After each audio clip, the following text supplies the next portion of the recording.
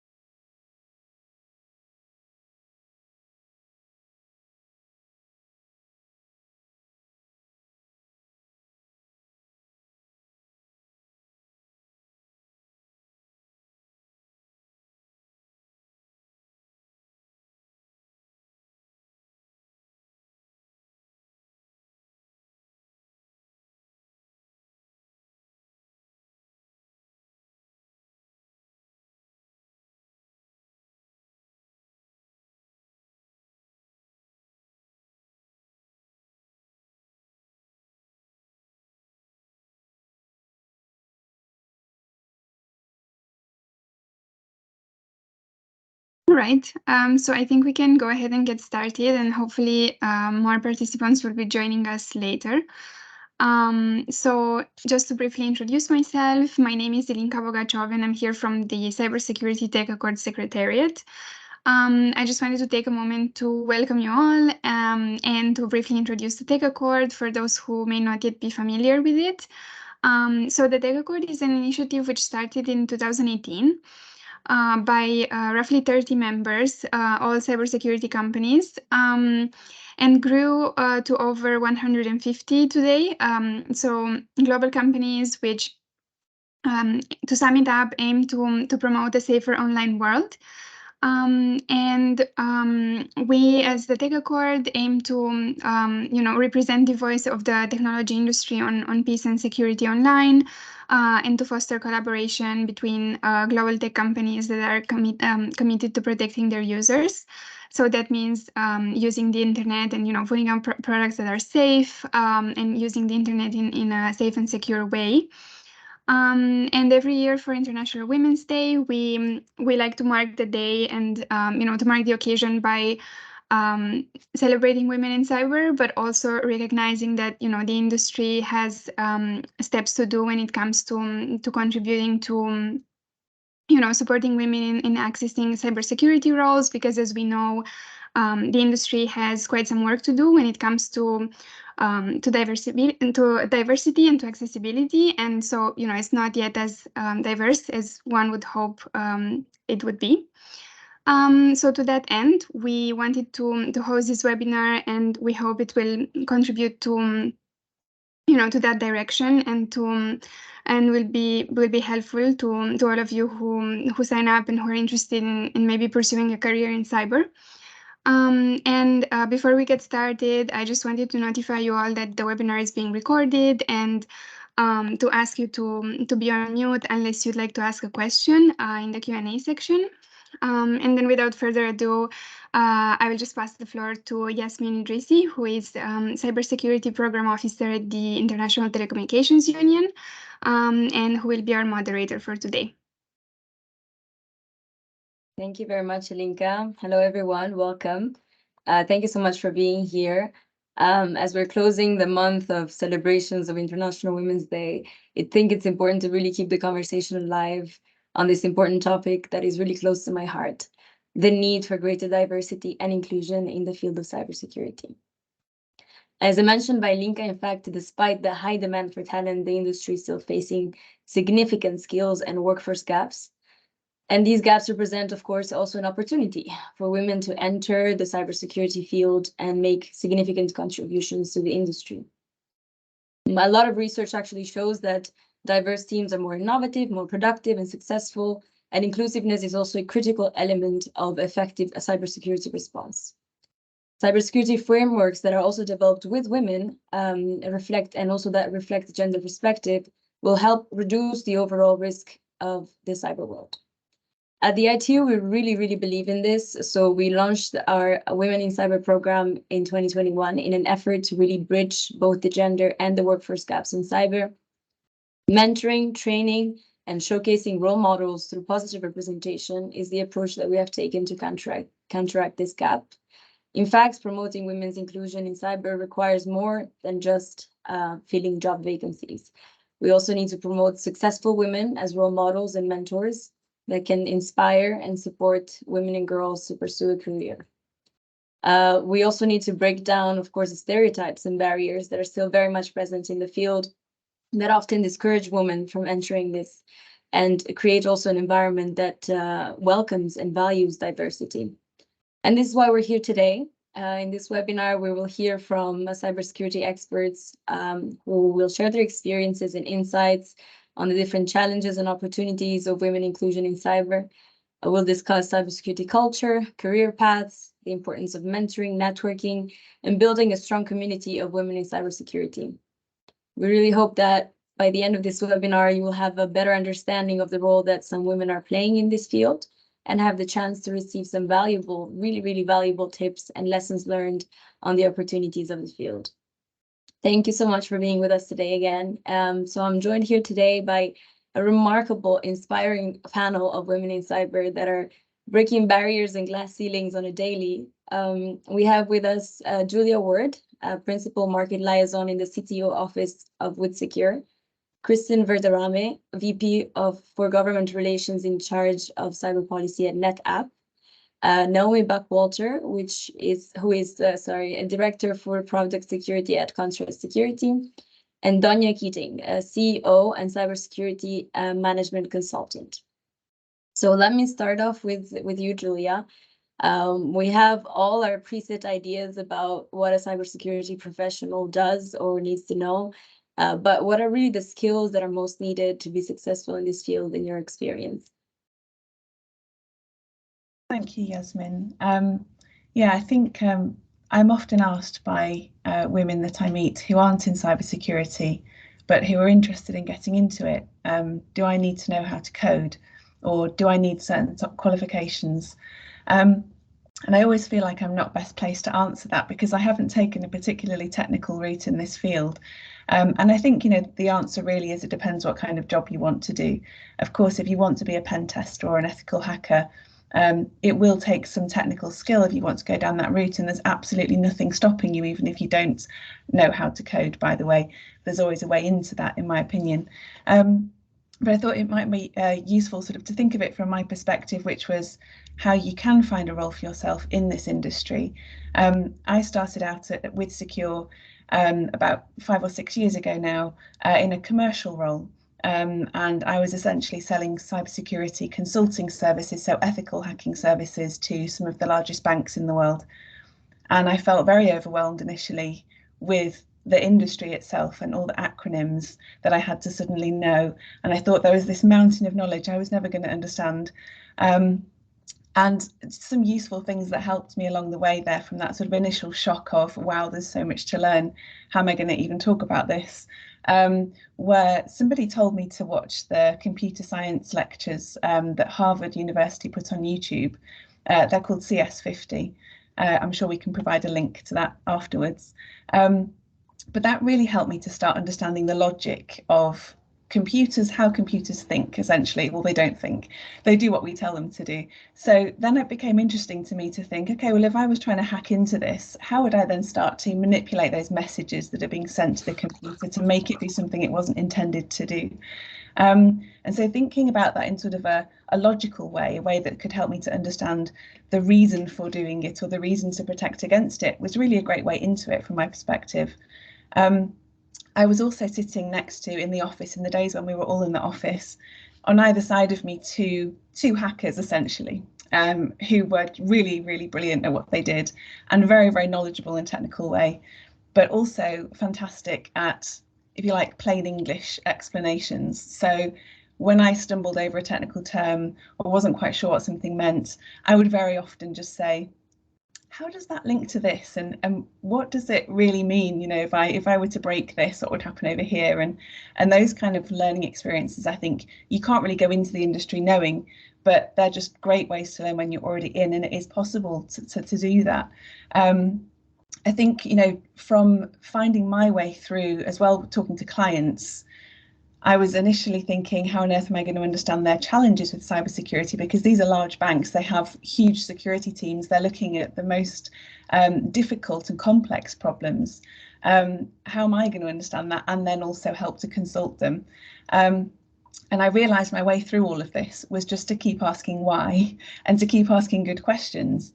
And actually thinking about the why of all of that and the why of cybersecurity and what are they trying to protect and who might be attacking them and why, led me through sort of a cybersecurity risk route. So I ended up getting qualification in cybersecurity risk management, and then continued sort of, I guess, into the role I'm in now, which is in our CTO office. And essentially, I continue to ask questions to test our assumptions that we're making in our sort of bubble, if you like, of R&D, of what we think is going to be the next thing that we need to protect from a security perspective, into actually what's happening in the real world, what kind of technologies are developing, what kind of way are they being used, how might they be attacked. So my way through sort of cybersecurity has been down that route of sort of finding what I'm good at, which is possibly just asking questions. But actually I've learned so much along the way and actually picked up a really good sort of basic technical knowledge, I would say even a good technical knowledge, but don't test me, along the way. And that's sort of been my way to sort of to deal with that complexity that initially seemed so much of a barrier. And if I could perhaps just my last point on women getting into the industry, or just sort of that the feeling of a barrier. And Yasmin, you mentioned stereotypes of people in the industry, and you know, somebody in a hoodie sitting at a computer in the dark. I think, you know, there are ways in which the industry make it more accessible. I saw something great the other week. There's a conference locally to me, and it's a technology conference, and they were offering a free creche, so childcare facilities, at the conference to people who wanted to come. And I thought, what a great idea, because it's so much of a barrier that people don't often think about. Just how could somebody actually attend in person? What kind of barriers might they need to overcome in order to get there? And just that, you know, the concept of equity rather than equality in that circumstance. And there's more we can do there, I think. But yeah, that's my initial story, I guess, and interested to hear everyone else's routes too.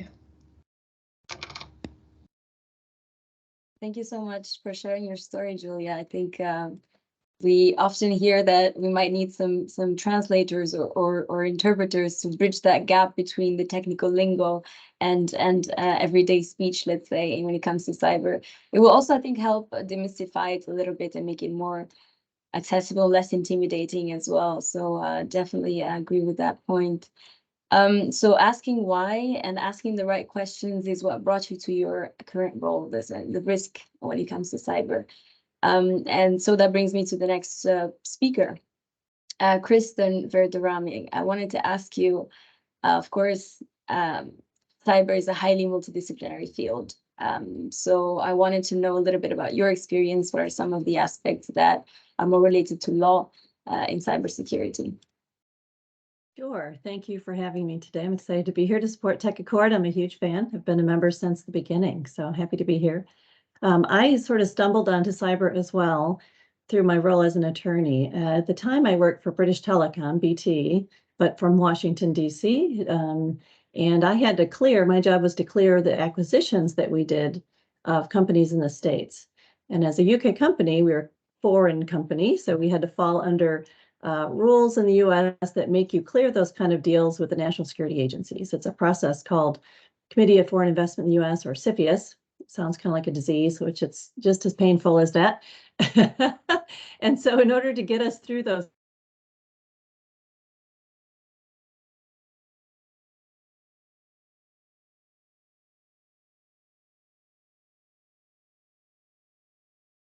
think we lost Christian. Let's see. The joys of webinars. Bear with us. I think we're used to this by now, since 2020. Well, while she tries to reconnect, although I really was looking forward to hearing about that interesting sounding initiative, let's maybe jump to Naomi. So Naomi, cybersecurity is not just about jobs, it's about culture. I think that this is something that you hold very dearly, and it would be very good to hear from you what one can mean by that, and what cybersecurity culture is. Hi, it's awesome to be here, first of all. And I do want to take what Julia said and kind of run with it, because she mentioned how she started her career in cybersecurity is asking why. And that's kind of what I want to share with you today, because you can also do the same thing in your own organization and ask questions, ask why, and be a champion for security at the same time. And what I mean by this is, did you know that most organizations' security teams are very, very small? I mean, look at your own organization. If you have 500 people in your company, I'm going to guess you probably only have about 4 or 5 full-time security people. I don't think that's much of a stretch, because I've seen the data and it's actually quite sad, I think. But in general, there's only about 5 to 10 within a mid-size or 500 or fewer person organization. For larger companies, say in the bigger sizes, 10,000 plus, you're going to only have a few hundred or a couple hundred. I certainly myself have been in those large companies, and you'd be surprised at how few full-time security professionals there are. So this is what I'd like you to do. If you're interested in getting into cybersecurity, a very easy way to help your organization is to be a champion and talk to the security team and say, what can I do to help? What security initiatives are on your plate right now? What can I bring back to my own team that I can share with them and say, this is what the security team would like us to do? How can I be a champion for security best practices? And that will be music to your security team's ears. Really, the heavens will open up, the angels will start singing, and the security team's going to say, wow, we have somebody inside our organization that's willing to help with our security initiatives. I love this person. I'm going to buy them lunch. Right? They're just going to be so excited. And we need more people doing security. Security, as you know this, is not just one person's responsibility. It's not just one team's responsibility. It is everyone's responsibility. So in your current role, whatever you are doing, whether it's marketing, sales, anything like this, even if you're tech adjacent, like even if you don't do any tech stuff, I promise you there is something within your job function that can help the security team. So please talk to your security professionals in your organization, ask to have a one-on-one coffee chat, and tell them that you're interested in getting into cybersecurity. What can I do to help? Is there anything in your security initiative space that I can help with on my own team? Is there any security best practices that you'd like us to follow? And how can I help with certain aspects of that? Is there any documentation that you'd like us to put together for you? Are there any training things that we can do as a liaison for the security team? Can I help with that? And as you are building up that you're practicing those muscles, you are now starting to think like a security person. You are full-time, not full-time security. You are thinking about this in your full-time job. And those are things that you can even add to, say, your resume if you are thinking about transferring into a full-time cybersecurity role. Those are wonderful, wonderful things to add to your resume, because someone like a hiring manager will be looking for those things. So within your current role, you are now highlighting the security things that you've done. And even things like GRC, governance, risk, and compliance. If your compliance or your audit team has work in the GRC space, you can say, hi, compliance team, are we doing any SOC audits? Are we doing any audits this year? How can I help gather evidence for your team? They're going to love you. Again, it's going to be more than just lunch. They're going to give you all of the praise. It's going to be wonderful. And you're helping out your organization in the meantime. So not only are you helping yourself, you are also helping your company. So if you're looking to get into cybersecurity, definitely the easiest way, and Julia, you had mentioned this, The way you got into cybersecurity is by asking why. And I want to end with this. That's actually how I got into cybersecurity too. I was a very junior developer at a company called Vanguard. They are a multi-trillion-dollar mutual fund asset manager. And I just started asking questions. I said, what can I do? I'm very interested in cybersecurity. What can I do to help out? And you know what? They gave me a small project to try, and it just kind of bubbled up from there. And if you are interested also into getting into cybersecurity, it's definitely one way to get your feet wet. Thank you so much for that, Naomi. I think cybersecurity is everybody's problem, but everybody's the solution. Is part of the solution as well. So that's great. So Kristen, I see that you're back online. These are the risks of cyberspace, as we know very well. So why don't you take back the floor? Yes, I'm so sorry. My power went out of nowhere, right? Things just happened. So I'm sorry about that. I don't know where I left off, where I cut off, because I could actually hear you guys a little bit after I kept talking. So experience with BT, having to clear deals in the States, I think I left off there perhaps. And having to ask those same questions Julia was saying is why? Why do they care, right? National security interests, law enforcement interests, having to figure that out. At the time, we just called it network security, understanding how telecoms networks worked and where the vulnerabilities might be, where these guys might care about this kind of thing. Now it's fun. We have a new sexy term for it, cybersecurity, but it's kind of all the same stuff, right? It's where do things connect and where are the vulnerability pieces. So I had to learn all about that in order to kind of defend the case to the government to say, yeah, we should be able to buy these things because, and here's why. From there, I think that expertise has really helped me with a lot of different companies in the ways that Naomi has been saying as well. Security is everywhere. Whether I was working with startups as an attorney, helping them get started and get off the ground, big companies advising big companies, or building government relations shops, which is a lot of what I've done over the last several years as well. Security is always an important angle. Nowadays with NetApp, I run their global government affairs program, and I help to try to bridge that gap between industry and government. The government will say, as you saw, the National Cybersecurity Strategy just came out last week in the States. We've been waiting for that for a while. A lot of it is putting the burden on companies to say, you have to be secure before you sell to the government, right? So the government has this idea of what secure looks like, but companies have a better idea of what's actually possible. So what I do is I sit on a lot of the government advisory boards that help explain to the government, okay, we agree with your goal here. We understand where you're trying to get to, but here's where it's not possible and here's what's possible, right? In the field of government relations, you don't need a law degree. Sometimes it helps to have one, but for the most part, you don't need one. You just need to have a curiosity, as Naomi mentioned, about how things work, right? Who in the government's doing what? How are they making policy? What does this national cybersecurity strategy actually mean? Who has to implement it? And raising your hand and saying, hey, how are we doing this at my company? What are we looking at my company in this regard? I think that's one of the very best ways to start getting involved. And I don't have a huge technical training. I kind of learned on the ground from the experience of the deals I did and that sort of thing. And I've worked with tech companies my whole life, but I can only get so deep. I call in the real technical people when I need it. So you can have a cybersecurity career without having a lot of the technical background in a lot of ways.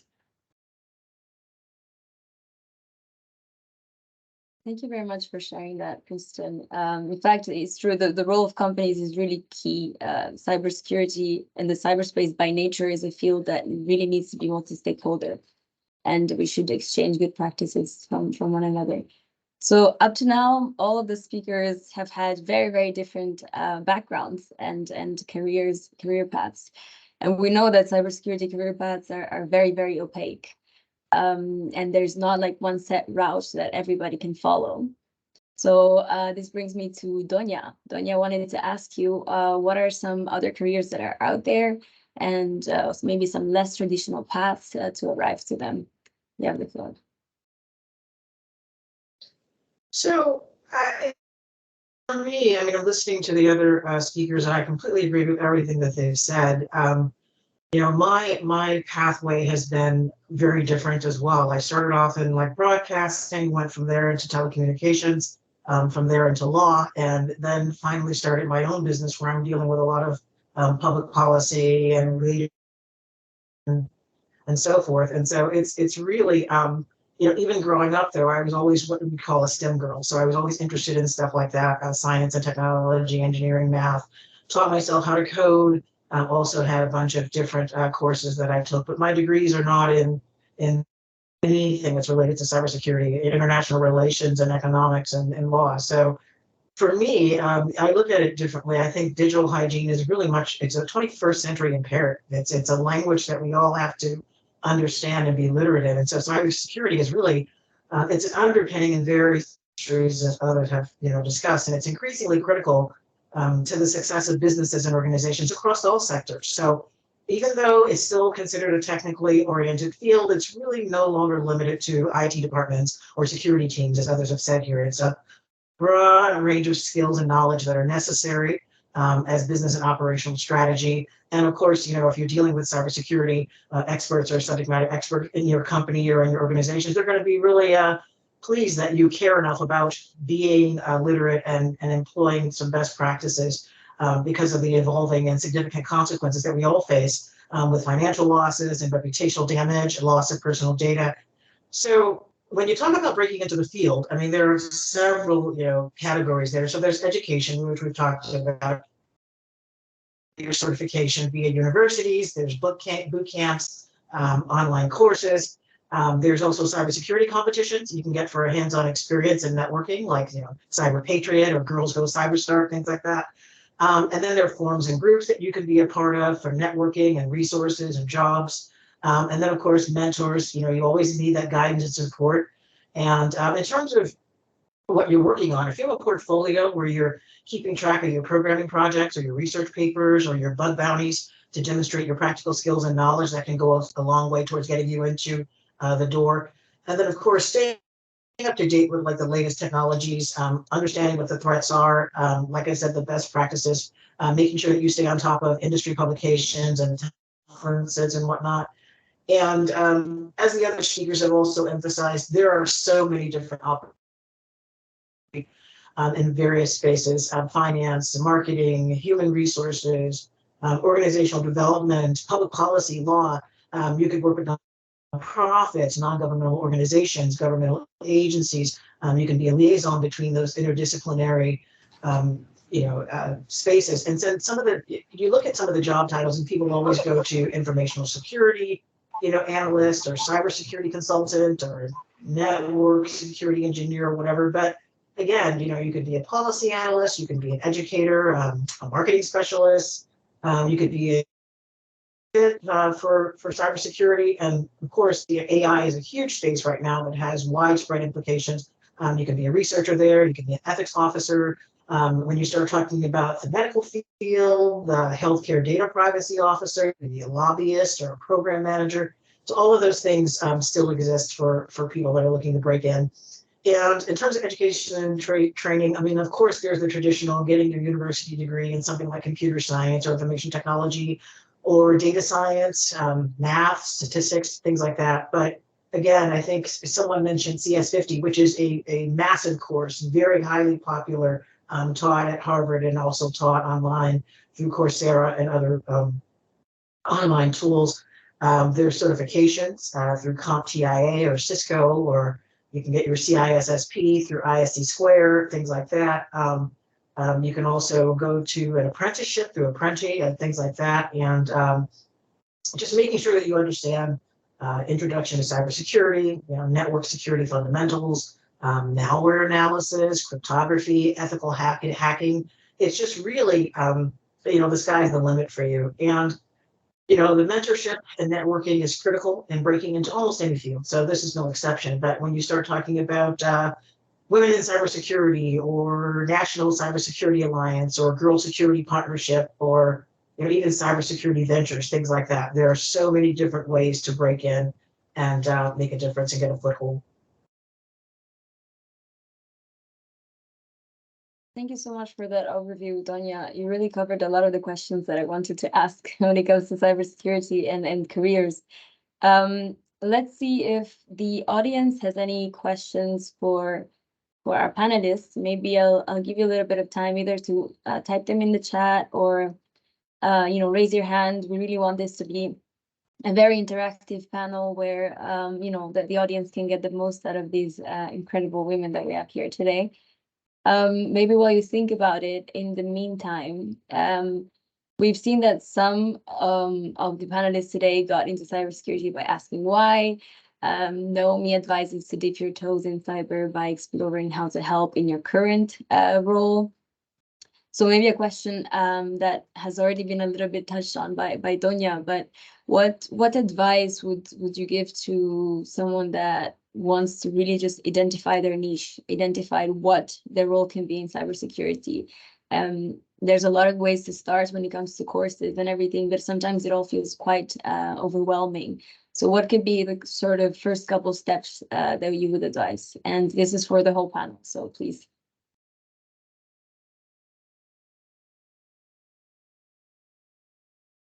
Well, I always start when I mentor folks back a level from there. If they know they're interested in cyber, I think that's great. The question is, what type of work do they enjoy doing, right? Do they like sitting in front of a computer all day? And do they like solving problems? Do they like to get out in front of people? Do they like public speaking, right? What are the things that they like to do that kind of bring them joy in a workplace?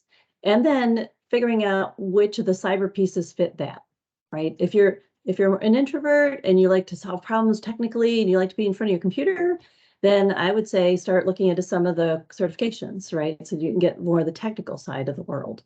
If you're more of an extrovert and you like to be with people and you like to help people and make change, then maybe start to look at some of the policy world, right? What are some of the governments doing? What are the trade associations doing? There's a lot of trade associations that focus on cybersecurity.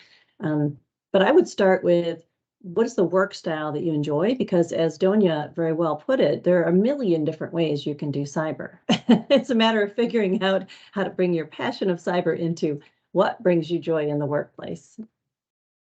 That's my 2 cents on that anyway. Love that. Thank you, Kristen. Naomi.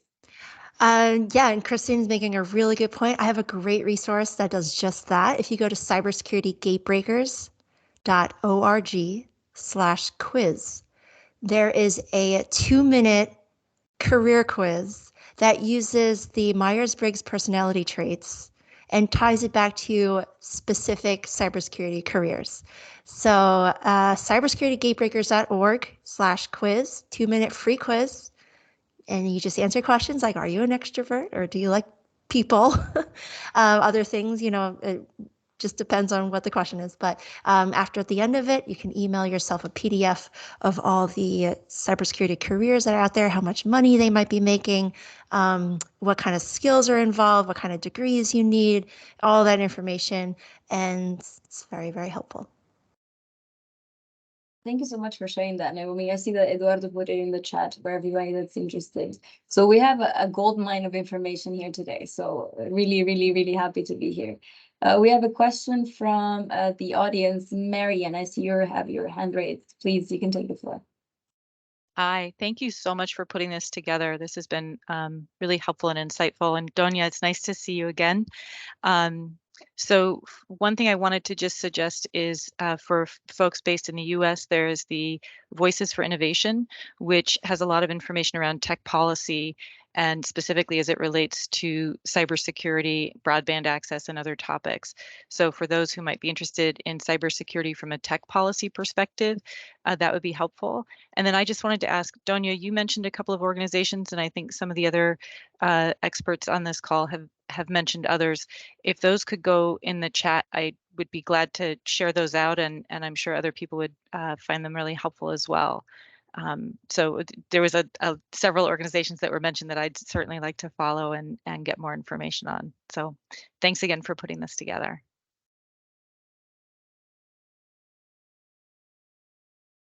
Thank you so much, Marian, for that. I think that we'll be sharing some resources by the end of this, definitely. Lots of very important and very useful resources are being shared today. Any other questions from the audience?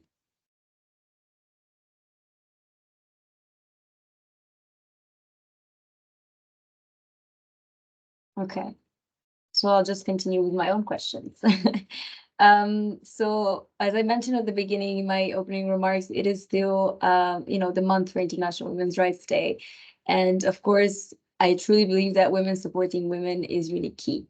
It helps break down barriers. It helps fight imposter syndrome. It helps really be able to look beyond the stereotypes and see that, you know, there's someone that looks like me and dresses like me that is ace in it in the cybersecurity field. So it really allows to go that extra step. So my question for the panel would be, it's a two-sided question actually, but what can women do to help other women in their early careers? And also, how would you help them manage barriers? And in the meantime, if you could also share some experience of you hitting a barrier or some kind of obstacle and how you overcame it. I would like to start. I can start maybe. So I think it's difficult for me to find an example where I had a mentor in cybersecurity, because I actually didn't know where to find one when I started in the field. Although I would say I worked in a very open environment, that I didn't feel that there were any particular barriers in me being the best I could be in the roles that I was doing.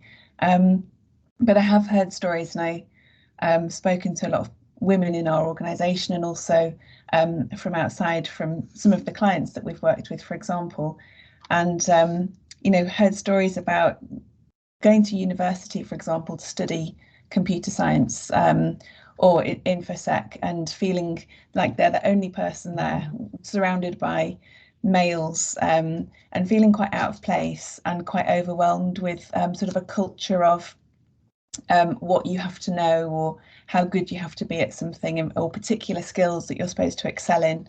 And some of those stereotypes sort of being reinforced by just culturally being the only woman among so many men. And I think, you know, it's really important there for there to be lots of resources available so that you don't feel alone, because I think it is still the case that there will be, you could well be surrounded by no women, or not even know anybody to go and ask, how's your experience been? So I think more like sessions like this, and forums where you can just go and turn up and ask any question, or feel like, you know, it's not silly to ask a question, or to have a concern about being the only woman in your team or in your company, that should be encouraged, because it's not always obvious where to go or where to look, or knowing also that you'd be welcome, especially if you're just starting out in an industry, feeling that you can't go and join that group because you're not sure whether you qualify to enter it or something. I think those kind of barriers, it'd be really nice to break down. But yeah, I think I had to find my own way through just by asking men. I didn't really have any female mentors, unfortunately, but yeah, happy to give back now that I feel I've maybe done that path and have learned something along the way. We definitely do need also male allies in this. Absolutely. Thank you for that, Julia. Donya.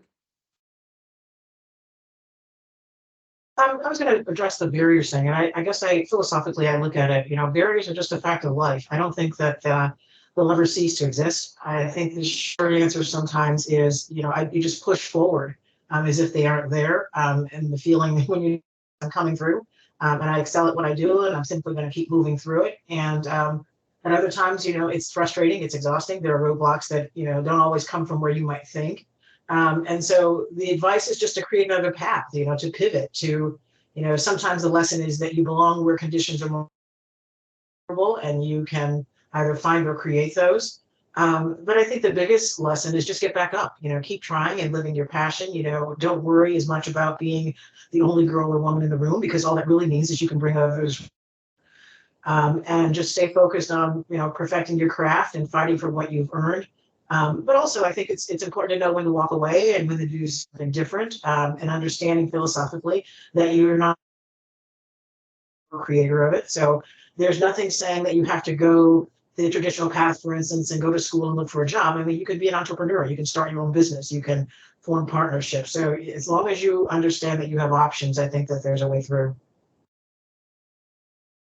Absolutely. Thank you for that, Dunya. The sentence that I've heard not so long ago, if you don't have a seat at the table, bring your own chair. And I think that's really very much in line with what you were saying. Yeah, if I could add, Yasmin, I think a lot of times us women think that there's this club out there that we're not members of, right? And cybersecurity is some sort of club, right? There actually is no club. It's just people who've been in the area for a while and work together. The minute you start putting your chair at that table, to your point, they're happy to have you there. At least that's what I've found, especially if you're smart, you come with good ideas, you come with that fresh perspective. I think getting over our own heads sometimes as women is part of the battle, because we were not raised to put our seat at the table. We were raised to do our good work and people will notice. Those are two very different things, right? So stepping forward and putting yourself at the table, getting over that mindset is a key piece of it. I would also say it's really helpful to follow up on Julia's point, to not just have a mentor, but what I call a brain trust. So I look for people kind of all around me that can help advise me on different things. So not just people above me, so-called above me, who could be mentors or sponsors, if you will, but colleagues from other companies and people who work in my company that may be more junior to me, right? Having a brain trust so that you can go to them and kick ideas off. You know, hey, I'm thinking about maybe pivoting this way with my career. What do you think of that? People you actually trust, right? Who are smart and kind of know what they're doing, for example, but you build like this little brain trust around you. I think that's super important. And I've heard so many successful women say that. And one of the things I've done in my coaching of women and women's groups is encouraging them to do that, to intentionally think about, where could I benefit from having a voice? You know, is it someone in this industry? Is it someone in the industry I'm trying to get into? Is it, and if I bet if you ask almost any woman on this panel, if someone came to you and said, hey, will you talk to me about this? They're not going to say no, right? We're out there to help other women. Most of us are, right? So to not be shy, think about intentionally, where could I get some advice that's useful? And go after having those voices around you on a somewhat regular basis. Again, I think as women, we're kind of afraid to do that. We've got that kind of mental block that we'll just do our work quietly and people will notice. You don't have to do that. Hope that makes sense. Yeah. Absolutely, absolutely. I definitely, I agree with you, and also identify with a lot of the mental barriers are just put up by ourselves and by, of course, our big bringing and societal pressure, and the imposter syndrome is also a big one. But in the let's say in the spirit of countering imposter syndrome, I wanted to talk about failures. I have a question for the panelists on maybe if there was a time that you've failed at something that was, of course, related to your career in cyber, and what would you do? Would you have done differently, and how did you face it? And this also, again, this question is in the spirit of trying to demystify a little bit and show that, you know, we're all, of course, human, and even if you're very successful, you can still have failures, and these can even help you go forward. So who would like to start on that?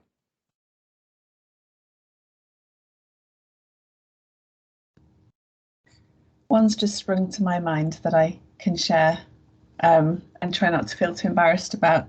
But I was once talking to somebody who was a director of cybersecurity in a large company, and I was trying to work out, you know, how to help them with some consultancy services. And they started talking about a particular technology that I wasn't familiar with. And I basically didn't put my hand up and say I didn't know what the technology was. I just pretended to know. And so they continued and continued. And we were talking for at least half an hour about then the complexities of doing this. Should we be doing this? You know, we're looking for somebody to try to penetrate these services because we feel that they would be most likely to be attacked. And so we need to understand this, this, this, and this. And the further it went, the further I felt too embarrassed to say, I'm really sorry, but I don't know what I don't know what you're talking about. So I let it just go on. And I was just feeling awful, like this feeling of dread through the whole conversation. And then I just sort of, it's like, okay, well, I'll come back to you with with a response. And then, of course, I just scurried back to the office and tried to relate what I could to some colleagues. And I was like, they were talking about this. Does anybody know what they might have meant? And basically just getting somebody to sort of unpick what I had heard from the conversation, and then go back with my tail between my legs and sort of just admit that I hadn't quite picked up on some of the points more specifically. And I've brought a colleague with me actually who knows this technology. But yeah, I think just looking back as me now, of course, I would just say the question thing again, probably, actually, I'm not familiar with that technology. could you just walk me through what's it doing exactly in the system? And then I would have probably been fine if they just told me. And I think just one of the points that I wanted to make on this webinar as well that I'd forgotten to raise earlier was just feeling comfortable with not knowing is okay. Like, I think in this industry in particular, you know, we've spoken about all the different varieties of role you can have. There isn't one person that knows absolutely everything and is a specialist in absolutely everything. You know, even in cloud, you know, we've got consultants who are experts in AWS security or Azure security. You know, actually, it's quite rare to find somebody who is a real specialist in both of those. And that's just, you know, two technologies, like two things in cybersecurity. So yeah, that comfort of it's okay not to know something was a big lesson I learned through just pretending to know and then getting myself into an uncomfortable situation. Thank you so much for sharing that, Julia. I really think that it resonates with most of us. So thank you for your bravery. It was not embarrassing at all. I think it's really helpful and useful. Donya, you would like to go next? So I would like to just piggyback on exactly what Julia just said, and that is, you know, it's kind of the way you pursue life and your career, right? It's really about you know, understanding that failing up is not a bad thing, and it's a process of learning. And so putting yourself in a situation where you understand that you're not going to know everything and that you have the right team, you know, that's kind of the way that you deal with your mistakes, such as they are, because they're opportunities or even your failures that you've learned from. You know, I've had some catastrophic ones. I'm not going to go into the details, but some of them really involved bringing the wrong people into the room is where I've had some major issues, because as a CEO of a corporation with a variety of partners and dealing with some projects, I mean, you sometimes you take risks, and those risks can blow up in your face. So I would just say, from that perspective, we learned from it. We were able to pivot and correct that situation. My own personal thing that I would probably learned from is maybe if I had to do it all over again, maybe I would get more certifications or maybe an additional degree that was in something that was related to cybersecurity. But again, I mean, I really don't see that as something that's imperative right now. And I just wanted to say another thing about what I think Naomi mentioned is she brought up the NTBI, which is really important in terms of understanding where you fit in the ecosystem. And sometimes it's getting outside of yourself. And I'm very much an introvert. I'm an INTJ. So for me to be in positions where I have to make decisions and interact with people, I mean, the mistakes that I make because of the way that I'm built, so to speak, is just kind of an ongoing process. I think just the short answer is get comfortable with it. It's going to happen. Absolutely loving how we're really normalizing, of course, all aspects of a career, and of course, mistakes and failures are going to be part of them, and they're all learning opportunities for us to grow. Excellent. Thank you so much. Let me see if there's any other questions, maybe. Oh, Naomi, would you like to jump in?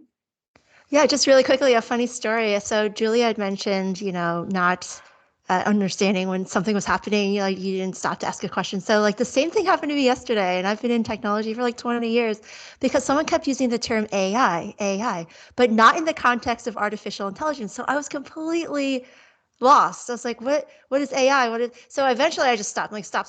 What are you talking about? What is AI? And the guy goes, action item. I was like, okay, now I know everyone's talking about. This is great. So it's kind of silly things, but in general, if you do use this is my personal preference.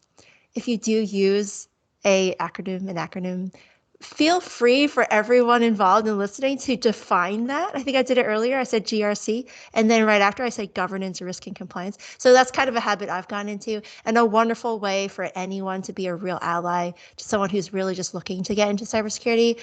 Don't use as many acronyms. I know sometimes we can get lost in the sauce with some of our acronyms. So feel free to enumerate those things and just say this is exactly what I'm talking about, or define things if you know it's a term that's not frequently used. I'll get off my soapbox. Thank you. Thank you for that, Naomi. Yes, I mean, tech and cyber and their acronyms definitely don't help making the field more accessible and less intimidating. So definitely good advice there. Anybody else, Christian? Anything you wanted to add on? I would just say that, failures are too many to count. There's a lot of them in different ways, shapes, and forms. But I think anyone who has been successful in their career will have them, because that's how you grow and that's how you learn. I think of it as an opportunity, and it's never comfortable when you fail, but it's kind of like I tell my children, take responsibility, learn what you did, and how do you prevent it from happening again? If you fail twice at the same thing, then that's a problem, I think. But if you failed one time, that's a learning opportunity, right? How can I then capitalize on that and do better? I think one of the biggest lessons learned I've ever had, and it came from being a lobbyist early on, is that I would go up to the Hill as the person doing like the deal, like the acquisitions I was talking to you guys about earlier. And I'd go up with someone from another big company that shall not be named, who had thousands of lobbyists. And we at BT had one, me, for a whole United States, right? And I would go up, and the person I'd go up with would know the names of the person, their wives, their spouses, what they had for lunch, all this stuff about them. I didn't know these people from Adam. But when the staffer started asking questions, I was the one that could answer them because I actually knew the substance. So to me, it's about not who you know, it's about being prepared so that when the failures do happen, you're less uncomfortable with it. You know it's going to happen, but whether you know the term or the actual technology, Julia, as she said, if she just asked the question, there's probably a ton she could have brought to that entire thing. She just didn't know. There's nothing wrong with that, right? Just admit that. As long as you're well prepared with what you do know going in, to me, that's 99% of the game. And I always try. I don't always succeed, especially when I was raising my kids. Time was of the essence. I didn't always have time, but I always tried to prepare as much as I could to know as much or more than the person I was meeting with on that topic, right? You never do the whole thing, but prepare as much as you can. Rather than flying by the seat of your pants. I think a lot of my failures go to, oh, I know this, I don't need to prepare. And then I go in and I realize that I should have prepared. So. Indeed. Thank you so much for sharing that, Kristen. Let's see if are there any questions from the audience? I really suggest, I highly encourage to ask more questions to our amazing panelists. I think today we really have access to a gold mine, as I said earlier, in terms of experience and tips.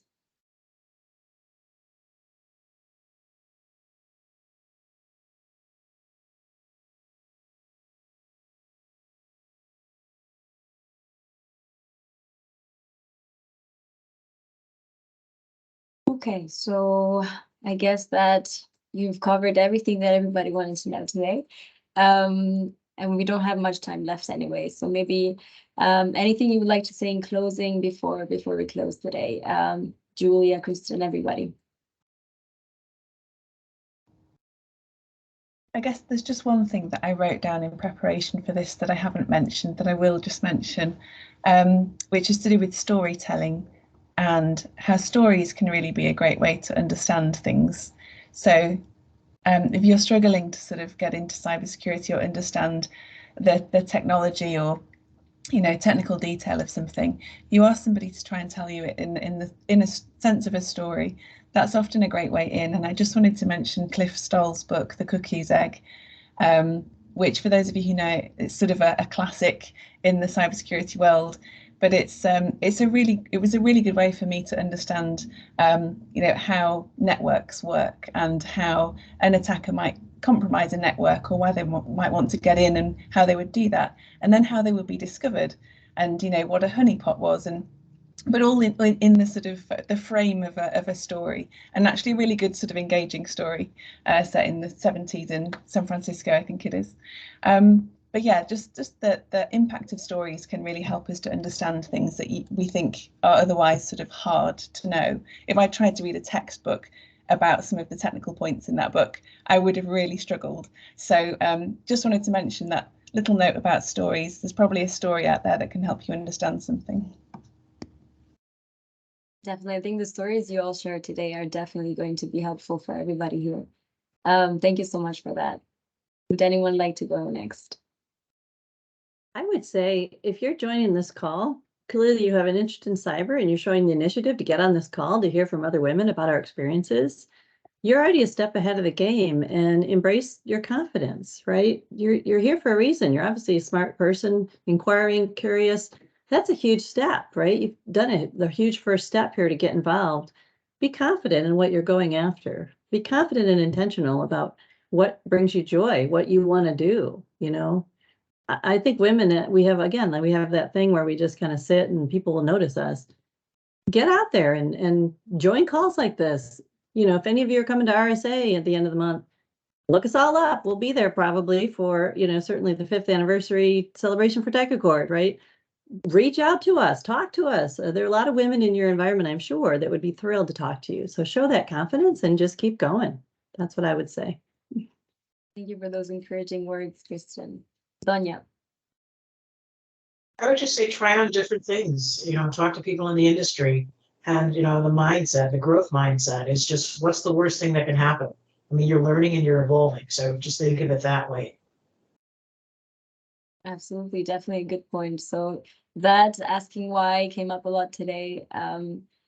Overcoming mental barriers, and also demystifying the field of cyber with less acronyms, hopefully more storytelling, framing the concepts in a more accessible way, and showing also that female success and women's success is really there. So thank you so much for that. I really, really enjoyed the panel today. Thank you, Linka and Eduardo, for organizing this and for inviting us. I'll give the floor back to Linka then and close here. Thank you. Thank you very much, Yasmin, for moderating this great panel. It was great to have you, and thanks a lot to all the participants who joined. I really, really hope you were all able to take away some useful insights, because I certainly did. I was definitely able to relate to a lot of things that were, a lot of points that were made, and I think a lot of the tips are generally just great career tips, but also I really liked how they were all applied to, the specific field of cyber. So that was great. Thank you all for joining us as speakers. Thanks, Kristen, Julia, Naomi, and Donya. Taking the time to share a bit of your experience with us was super appreciated. And just to say in closing that, if you would like to access the resources that were referenced, so I think there were the Harvard University lectures, the Voice for Innovation websites, and like the career quiz and a few others. We'll be compiling a list as the Tech Accord Secretariat and sharing that with all of you. And we'll also be sharing the recording of the webinar, so you can rewatch it in case you're interested. Thanks again for taking part, and stay tuned for our other initiatives. If you follow us on LinkedIn or Twitter, there's more to come from the Tech Accord. So thanks. Thank you so much. Thank you, everyone. Yes, thanks, everyone. Bye. Bye.